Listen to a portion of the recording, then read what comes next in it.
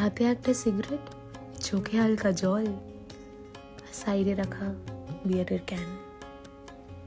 ফোনে একজনের ছবির দিকে তাকিয়ে যেসব ভাবনা চিন্তা আসছে সেগুলো তাকে জানাতে পারবো না, কারণ সেই রাস্তা বন্ধ। সব দিকটাই কেমন যেন অন্ধকার মনে হচ্ছে, জানিস,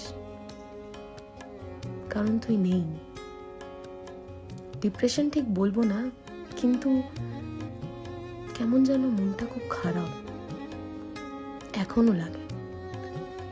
জানতাম না কেউ এতটা গুরুত্বপূর্ণ হতে পারে কারোর জীবনে।